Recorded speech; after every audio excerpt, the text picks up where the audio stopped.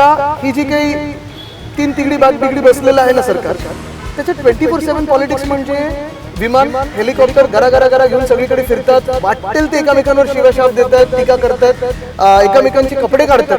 कोण 70,000 कोटीचा घोटाळा काढतं, कोण जमिनीचा घोटाळा काढतं, कोण फडणवीस साहेबांच्या आजूबाजूला कोण बसलंय, कोण गुंडांचा पक्ष वगैरे. हे सगळं झाल्यानंतर एवढं सगळं घरा फिरून आज महाराष्ट्राचे हाल काय होतो. आता शेतीसाठी जे काही लागणार ते घरपोच मिळणार, तेही मोबाईलच्या एका क्लिकवर. ज्या वेळेपासून पक्ष फुटलाय तेव्हापासून एक नॅरेटिव्ह सातत्यानं समोर येते, ते म्हणजे की ठाकरे बंधू त्यांच्याकडे करिश्मा आहे, पण ते 24/7 पॉलिटिक्स का करत नाहीत. ज्या पद्धतीनं फडणवीस, एकनाथ शिंदे, अजित पवार महाराष्ट्रभरात दौरे करत असतात. अगदी नगर परिषदेच्या इलेक्शनमध्ये पण आपण बघितलं, आणि त्याला नॅरेटिव्ह काउंटर नॅरेटिव्ह तुमचं असं होतं की असं कुठं मुख्यमंत्री प्रचार करतात बघा. पण महाराष्ट्रभर पॅन महाराष्ट्र तुम्ही कष्ट करायला कमी पडता, अशा पद्धतीचं एक नॅरेटिव्ह सेट केलं जातं. बघा 24/7 पॉलिटिक्स म्हणजे नेमकं काय.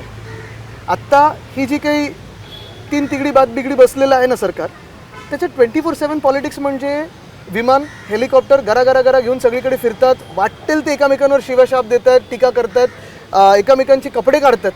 कोण 70,000 कोटीचा घोटाळा काढतं, कोण जमिनीचा घोटाळा काढतं, कोण फडणवीस साहेबांच्या आजूबाजूला कोण बसलंय, कोण गुंडांचा पक्ष वगैरे. हे सगळं झाल्यानंतर एवढं सगळं घरा फिरून आज महाराष्ट्राचे हाल काय होतो.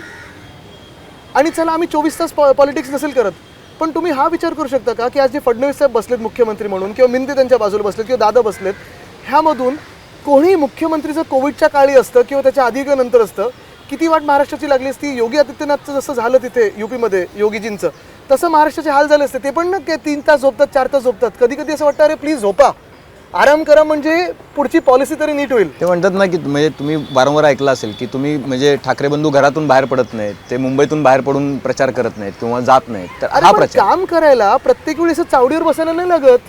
तुम्हाला कामाच्या वेळी करायला लागतं, आणि कधी तुम्हाला नॉर्मल आयुष्य काय आहे हे ठरवायला लागतं ना. तुम्ही जर बाकीचं वाचनच केलं नाही, तुम्ही लोकांशी भेटलाच नाही, तुम्ही प्रायव्हेट लाईफमध्ये तुम्हाला जे पिक्चर किंवा तुम्हाला मित्रांबरोबर बसायचं नसेल, डोकं टाळ्यावर नाही राहिलं, तर मग खोटं बोलायला खूप 24 तास मिळतात हो. पण आज तुम्ही मला सांगा शेतकऱ्यांचे काय हालत महाराष्ट्रामध्ये. चला 1 मिनटं आपण पकडून चालूया की उद्धव साहेब 24 तास राजकारण नाही करत, पण कुठचीही निवडणूक समोर नसताना त्यांनी कर्जमुक्ती ही करून दाखवली की नव्हती. महाराष्ट्रात कदाचित एकमेव कर्जमुक्ती असेल जी खरोखर शेतकऱ्यांपर्यंत पोहोचली.